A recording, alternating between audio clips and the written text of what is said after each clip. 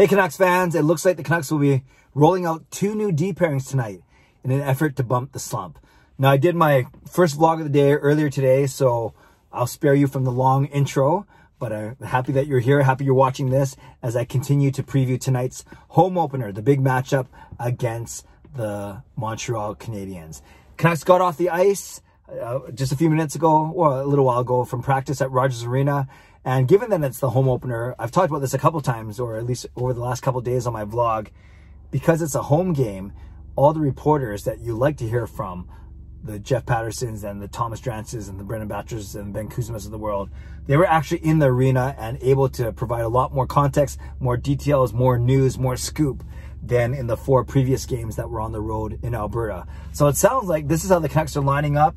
Up front, no changes. You have Pettersson with Besser and Miller. Miller playing now in his 2nd game of the season. Second line of Horvat, Pearson, and Hoglander. Third line of Adam Gaudette between Roussel and Virtanen. Fourth line of Beagle, Mott, and Sutter. And Zach McEwen was your extra forward, your extra skater today. Hopefully you can still hear me. I think there's a big helicopter going overhead, but that's okay. Then on the D, on the blue line, this is where the biggest changes were. Actually, let's do goaltending really first. Because there's no changes, no surprise there. Holtby will get the start tonight. He was first off the ice, whereas Demko came out a little early and stayed a bit later. So it looks like it's Holtby that will start tonight. Really good career numbers against Montreal, because we'll need them, because Carey Price has really good career numbers against the Canucks. So the goaltending battle should be a good one. But on D, that's where I want to spend most of my time talking now. You still have Quinn Hughes and Travis Hamonic. Hamonic's game, I think I'm a little more high on him than others are. I know he hasn't been great on the penalty kill, but I think at even strength he's been pretty good. So you have Hughes and Hamonic. That pairing remains untouched.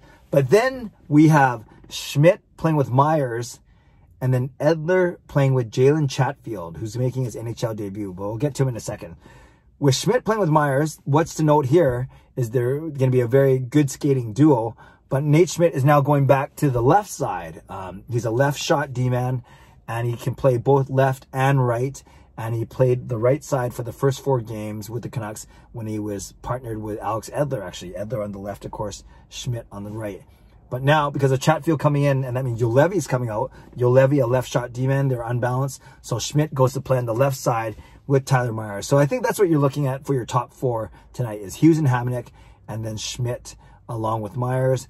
And don't be surprised to see Hughes and Schmidt take a couple shifts together, especially in the offensive zone or off of an offensive zone face-off.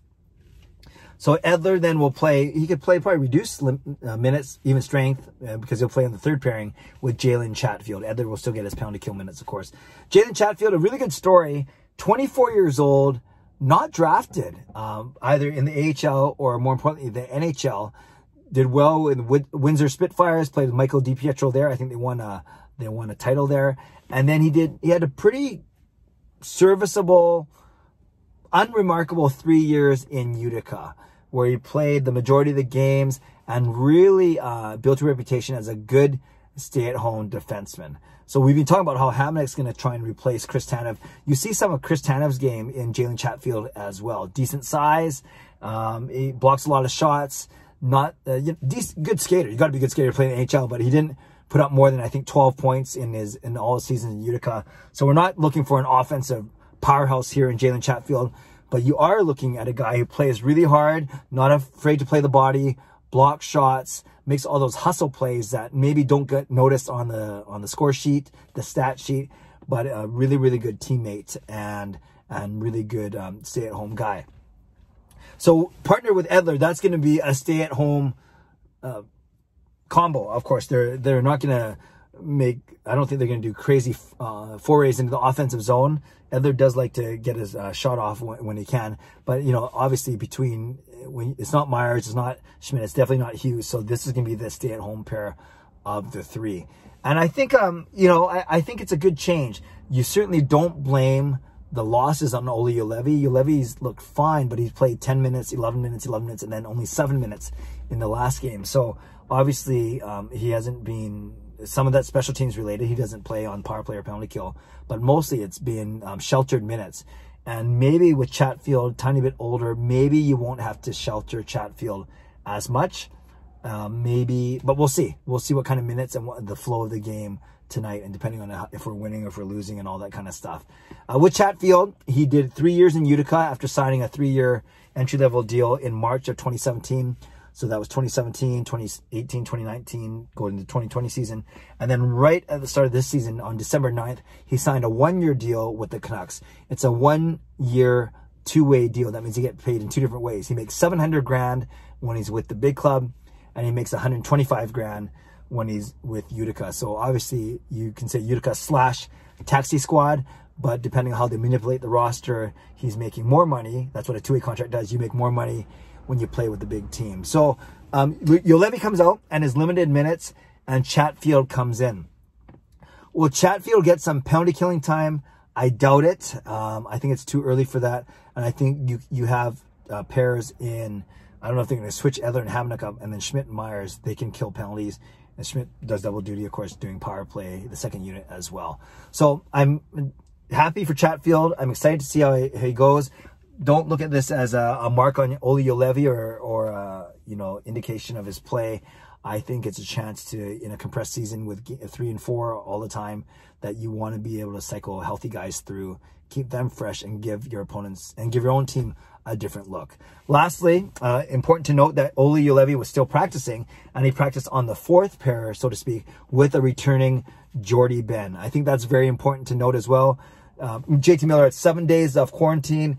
Jordie Benn had 10 days of quarantine, but he had no symptoms. And it's funny, he did a 4-minute press conference, and I'd say 80 to 90% of the questions were about COVID, how he got it, what was recovery like, how did he exercise, what was it like, the up and down roller coaster ride of negative, positive, false negative, all those things. And to his credit, and not unsurprisingly, or not surprisingly, he didn't really go into details. He said, this is private. I'll keep that between me and my family and my doctor. Obviously, he didn't want to talk too much about it. And it's not an embarrassment or pride thing. It's simply, you lived it for the past 2 weeks. Why would you want to keep talking about it? But of course, the media reporters, rightfully, they want to know. Fans want to know. And most importantly, they want to know that he is okay. So he's back on the ice today. Not like Travis Hamonic, where he played the next night. We don't expect him back tonight, but maybe he gets in tomorrow night, or probably more realistically Saturday night, if the Canucks want to give another look. Veteran defenseman can play both the left side and the right side. He played on the left when he was paired with Stetcher last year, played on the right when he was paired with Oscar Fantenberg. Both Fantenberg and Stetcher gone, of course. Jordie Benn still here. He's in his 2nd year of his 2-year deal, paying him $2 million a year. So a lot of options for the Canucks.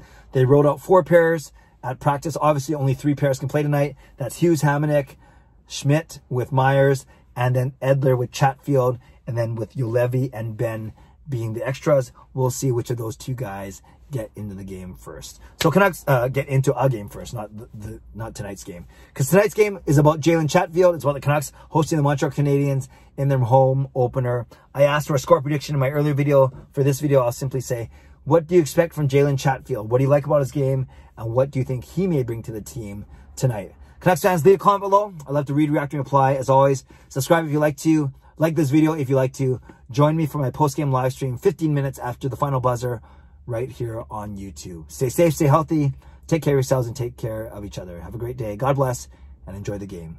Go Canucks, go.